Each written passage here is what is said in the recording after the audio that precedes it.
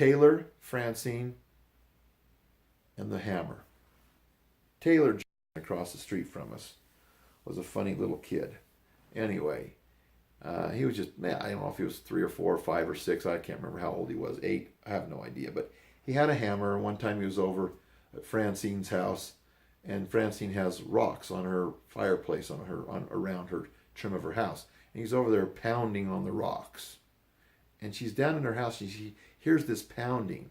And anyway, so she walks out, and Taylor's over pounding on the rocks on her house. And she's like, what's going on? How come their parents don't take care of this kid? Anyway, it pissed her off. So she says, Taylor, stop pounding on my rocks. Take the hammer and go home. He did.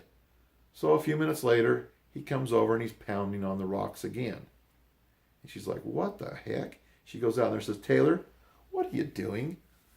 Pounding on the rocks. She says, get out of here and leave. Don't pound on my rocks anymore. Leave my house alone. So he walks off.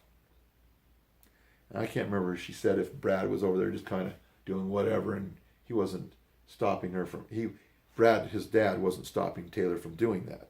Well, anyway, a third time it happens. A few minutes later, half an hour later, she's down in her house. She hears this pounding on her rocks on her house again. Her rock work on her house. She's like, oh, I'm pissed now. So she walks upstairs. She goes over to Taylor. She goes, Taylor, why are you pounding on my rocks? She says, Taylor, go home, and if you come back again, I'm going to kick the out of you. He left and he never came back. It was kind of funny.